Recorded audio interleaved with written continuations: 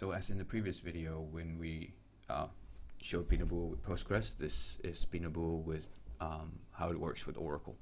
We're going to do basically the same functionalities, except that we're going to import Binubuo Oracle instead of the Postgres library. Once imported, we can just create a simple connection to both the Binubuo API and the Oracle database. Don't worry, passwords will not work for you. We connect to the database and the API. And so this is just a quick display of Quickfetch, right? So on the left side, I'll connect to the database on the Oracle side as well. I've installed the HR schema, so the demo schema from Oracle. In there we have a table called employees. As you can see, it contains 107 employees. What we want to do here is just show how quickly we can sort of input some new data into that table if we wanted to. So here you can see an example of the output, the IDs, the names, some dates in there as well.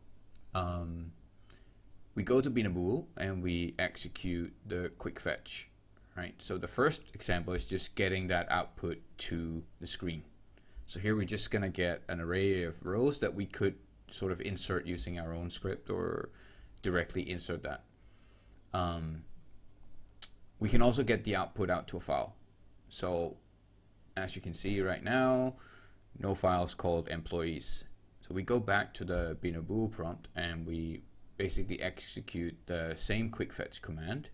So we want to fetch data like a table employees, but we want to output to file.